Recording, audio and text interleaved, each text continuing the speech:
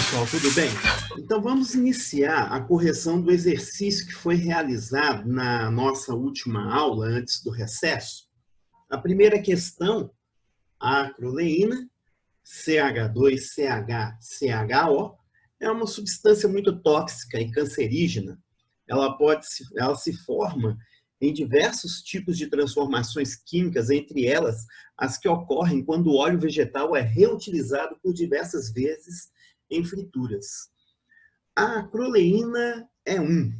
Então, para eu poder responder isso, eu vou ter que ver como que é a estrutura química dessa substância, ver as ligações químicas e o grupo funcional. Então, vamos lá. Começando desse carbono aqui, ó, ele se liga a 2 hidrogênios. O carbono ele faz 4 ligações, 2 delas com os hidrogênios. Para completar as ligações do carbono, que são 4, eu vou precisar, então, de uma ligação dupla. Esse carbono aqui se ligou com o hidrogênio uma vez. As outras duas são ligações duplas, né? Com o carbono, sobrou aqui uma ligação.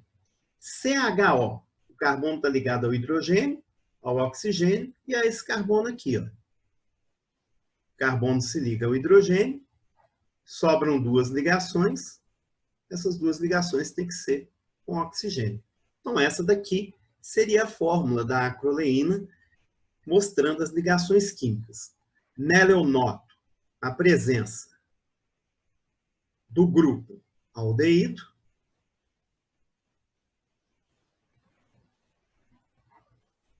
e noto também a presença aqui da dupla ligação, da insaturação.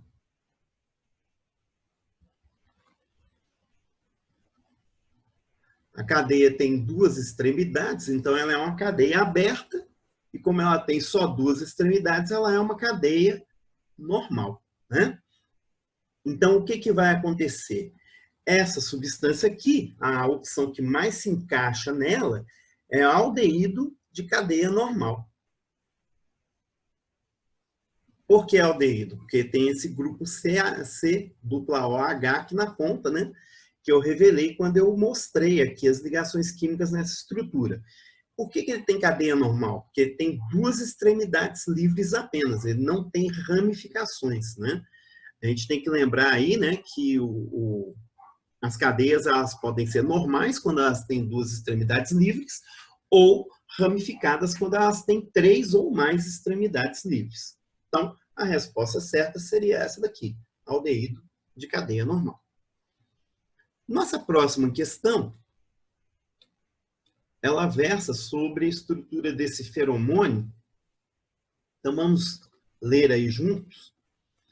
Armadilhas contendo um adsorvente com pequenas quantidades de feromônio sintético são utilizadas para controle da população de pragas. O inseto é atraído em grandes distâncias e fica preso no artefato por meio de um adesivo. O verme invasor do milho europeu utiliza o acetato de cis-11-tetradecenina, figura, como feromônio de atração sexual. O isômero de posição geométrico desse composto tem pouco ou nenhum efeito de atração. Então, ele faz 2 perguntinhas em cima dessa questão. Qual a função orgânica a qual pertence esse composto orgânico? E a classificação da cadeia carbônica do feromônio. Então, vamos lá. A função orgânica existente nessa molécula é essa daqui. Essa função é chamada de éster. Alguns autores consideram que a dupla ligação aqui também é uma função orgânica, característica dos alquenos, né? Ou, se quiser, alcenos, é a mesma coisa, certo? Mas, para efeitos de correção, a gente utilizou aqui só o grupo éster, mas fiquem atentos que alguns autores consideram também os alcenos como funções orgânicas, tá? Então, note, essa cadeia ela tem 2 extremidades, e somente essas 2 extremidades. Então, essa cadeia ela é aberta e ela também é normal. Ela tem aqui a dupla ligação entre carbonos. Então, ela é insaturada. E o grupo éster tem esse oxigênio aqui, que é um heteroátomo, que fica entre esse carbono aqui e esse carbono aqui. Então, ela é também heterogênea. Qualquer ordem em que vier essa classificação aqui, mas constando essas palavras, torna essa questão correta. Vamos então à próxima questão. A substância conhecida como fenolftaleína foi por muitos anos utilizada amplamente como princípio ativo de laxantes. Atualmente, o seu principal uso é como indicador ácido-base. A seguir estão apresentadas a fórmula estrutural da fenolftaleína e algumas informações sobre a sua solubilidade. Então, ele pede para a gente indicar as funções orgânicas presentes na fenolftaleína e depois fazer uma discussão com base nas interações intermoleculares, o fato da solubilidade da fenolftaleína em etanol ser maior do que em água à mesma temperatura. Então, vamos comparar aqui. Primeiramente, né, nós temos aqui o grupo OH ligado a um anel benzênico, duas vezes. Então, aqui, eu tenho dois grupos fenol. E aqui embaixo, o grupo éster.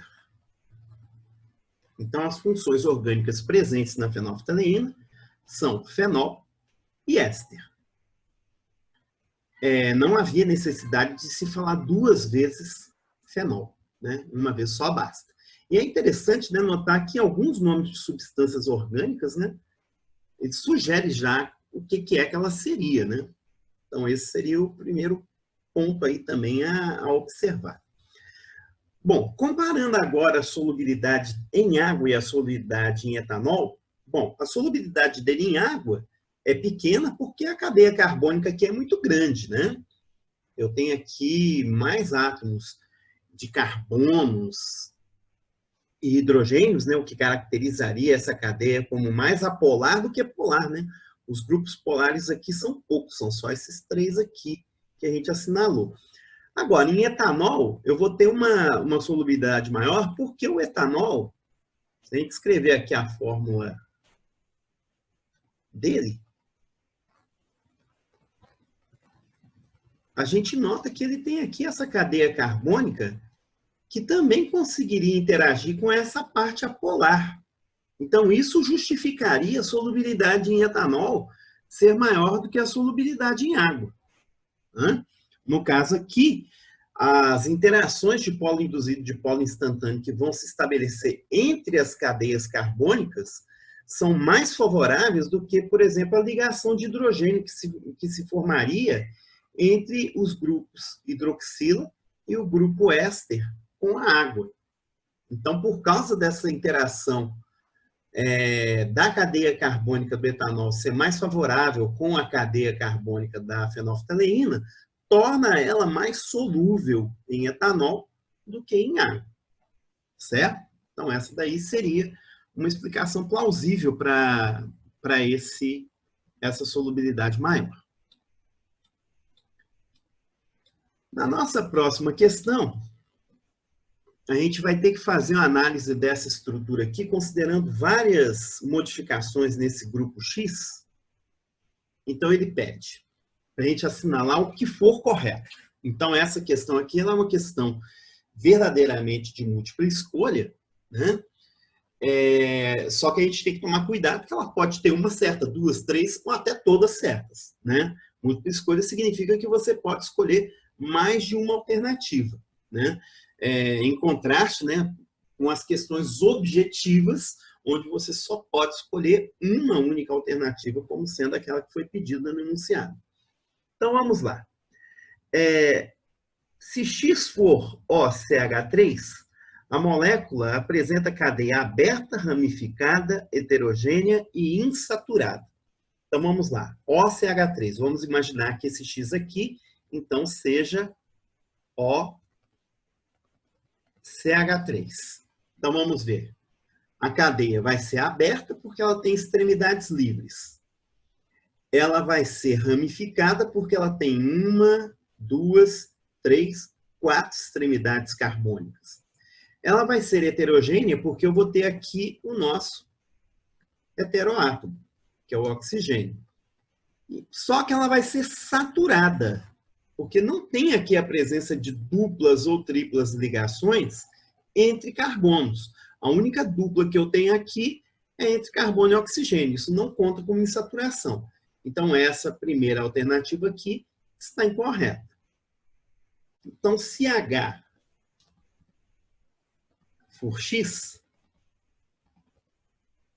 o nome oficial e o PAC do composto é 3-isopropilpentanol.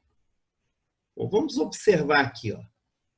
Esse grupo aqui é o grupo dos aldeídos.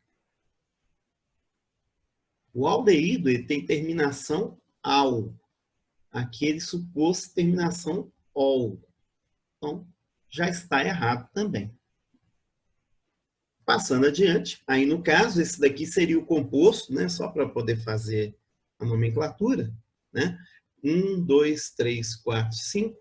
1, 2, 3, 4, 5. Repare que essa cadeia aqui tem mais ramificações.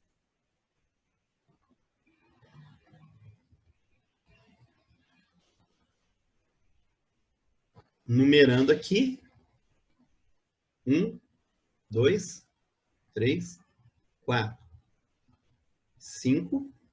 Esse composto aqui teria o nome 3-etil, 4-metil, pentanal. Certo?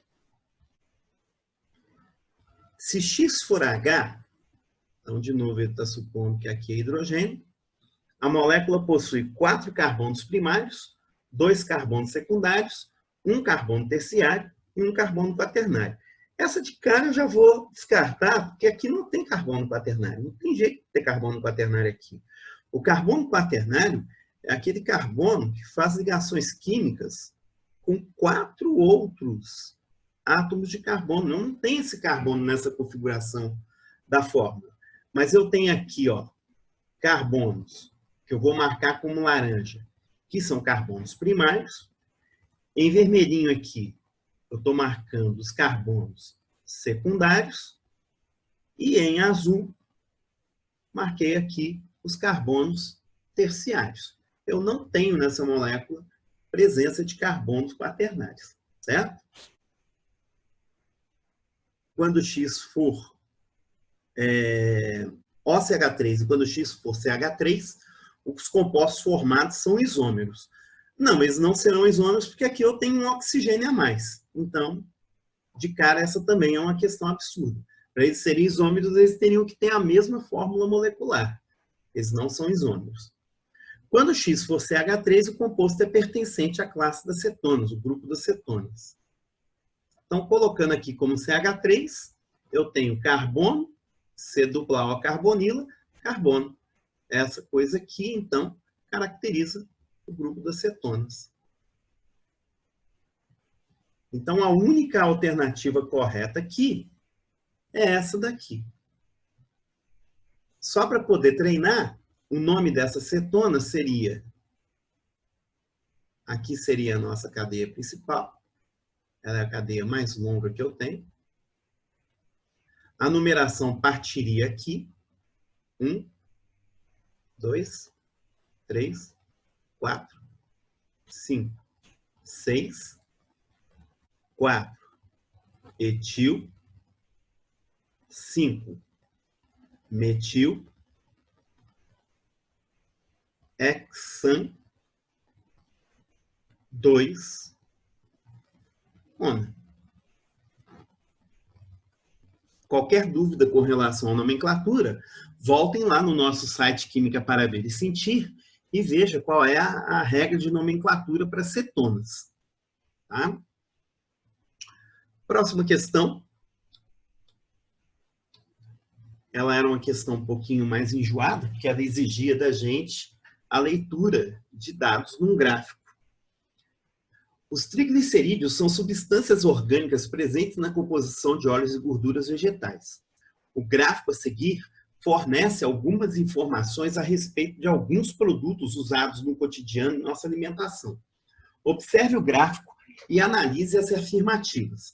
Então, repare, né, de acordo com o nosso gráfico aqui, ó, na legenda, quando a linha é preta, o grupo encontrado ali é saturado, quer dizer, só tem ligações simples carbono-carbono. Se ele é monoinsaturado, quer dizer, tem uma ligação dupla ou tripla apenas na molécula, né? No caso aqui são duplas. Ele só tem uma dupla. E poliinsaturado significa que ele pode ter 2, 3, 4 duplas. Ou triplas, né? No caso aqui serão duplas. Então, primeiro, todos os óleos vegetais citados no gráfico são misturas. Repara, em todos eles aparece aqui, ó, coco, 2 substâncias, oliva, 3, canola, 3, soja, 3, girassol, 3, milho, 3. Em todos eles eu tenho misturas. Então, essa 1 aqui está correta. Entre todos os produtos citados, o de coco está sólido a 20 graus. Bom, vamos ver. O óleo de coco, ele tem uma temperatura de fusão de 25 graus. Então, quer dizer que ele só se torna líquido a partir de 25 graus. Então, a 20 graus ele está sólido. Oliva funde a -6, então ele é líquido. Canola se funde a -10, então também líquido. Soja a -16, girassol a -18 e milho a -20. Então, todos os óleos estão líquidos, à exceção do óleo de coco, que é um sólido que necessita de uma temperatura acima de 25 graus para poder fundir. Para lembrar como que funciona essa questão do estado físico, vamos lembrar, né? No caso, nós temos a fase sólida, a fase líquida e a fase gasosa, né? E nas mudanças entre essas fases, a gente tem a temperatura de fusão e a temperatura de ebulição. Então, eu vou observar aonde que a temperatura ambiente vai estar nesse gráfico. Então, quer dizer, se a temperatura ambiente estiver acima da temperatura de fusão, o material é sólido. Se ela estiver entre a temperatura de fusão e a temperatura de ebulição, ele é líquido. Se a temperatura ambiente estiver acima da temperatura de ebulição, então o composto vai ser gasoso. Repare aqui, ó, 25 graus é a temperatura de fusão do óleo de coco. A temperatura ambiente é 20. Então, o que que acontece? Ó, ele funde a 25. A temperatura ambiente é 20 graus. Por isso o óleo de coco é sólido. Ok? Entre os óleos citados, o de girassol é o que possui, entre todos os óleos citados, o de girassol é o que possui maior porcentagem de ácidos graxos, com 2 ou mais ligações. Então, repare, ele está perguntando aqui, né? O de girassol é aquele que vai possuir óleos poliinsaturados? Vamos ver. Se a gente observar que a curva, essa barra aqui indica que ele tem mais compostos poliinsaturados do que os demais. Então, quer dizer, possui mais duplas e triplas ligações, no caso, né, duplas ligações do que os demais. Então, está correto. Entre todos os óleos citados, o de canola e oliva são líquidos a -12 graus. Bom, canola, ele funde a 10, a -12 ele estaria sólido, né? Oliva funde a -6, a -12 ele também estaria sólido. Então, essa daqui está errada. Tá? Então, dentre as alternativas, estão corretas a 1, a 2 e a 3.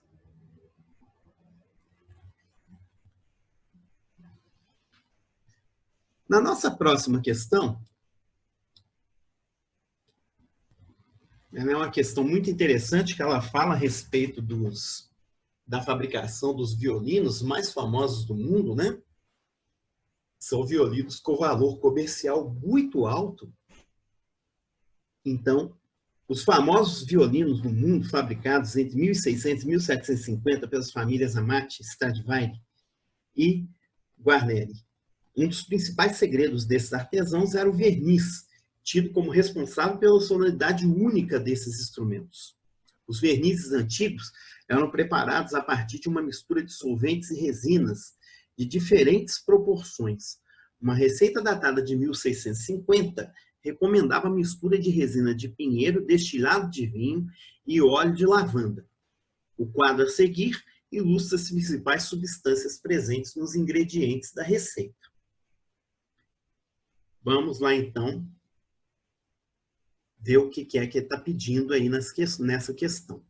Então, na primeira, ele pede para a gente poder indicar as funções orgânicas das principais substâncias encontradas no óleo de lavanda. Bom, o óleo de lavanda está nesse quadrinho aqui. Ele quer as funções orgânicas das substâncias presentes aqui no óleo de lavanda. Bom, na primeira estrutura, eu tenho um grupo álcool.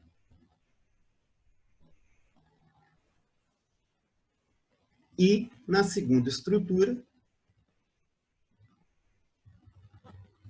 eu tenho o grupo éster. Aí, qualquer que fosse a ordem que aparecesse essa resposta, não teria problema. A segunda questão, ele pede para poder escrever o nome oficial e o PAC do composto 3. O composto 3 está aqui nesse quadrinho. Ele é um álcool e apresenta 2 carbonos. O álcool de 2 carbonos é chamado de etanol. Escreva a fórmula molecular do composto 1. Qual seria a fórmula molecular aí do composto 1? Esse é o composto 1. Para eu saber a fórmula molecular, eu vou ter que explicitar aqui os carbonos e os hidrogênios. Então, eu tenho aqui 1, 2, 3, 4, 5, 6, 7, 8, 9, 10 carbonos. Então, C10. Hidrogênios. Aqui esse carbono fez dupla ligação, então eu preciso de mais 2 hidrogênios. Esse daqui eu preciso de 3, porque só tem uma ligação. Esse fez 1, 2, 3, 4, não precisa. Esse daqui precisa de mais 1. Esse de 2. Esse daqui precisa de mais um hidrogênio. Esse 3. Esse daqui tem 1, 2, 3, 4. Esse daqui 2. E esse daqui mais 2. Então ficou 3, 5, 6, 7, 8, 9, 10, 11, 12, 13, 14, 15, 16. Então a fórmula molecular desse composto, C10H16. Bom, qualquer dúvida, qualquer observação a respeito da correção desses exercícios, por favor, entre em contato comigo, esclareçam as dúvidas, mandem pelo chat, certo? Nós estamos aí às ordens para poder atender vocês. Também, se vocês tiverem aí dúvidas durante as nossas aulas, é só falar que a gente responde, ok? Muito obrigado aí e até logo.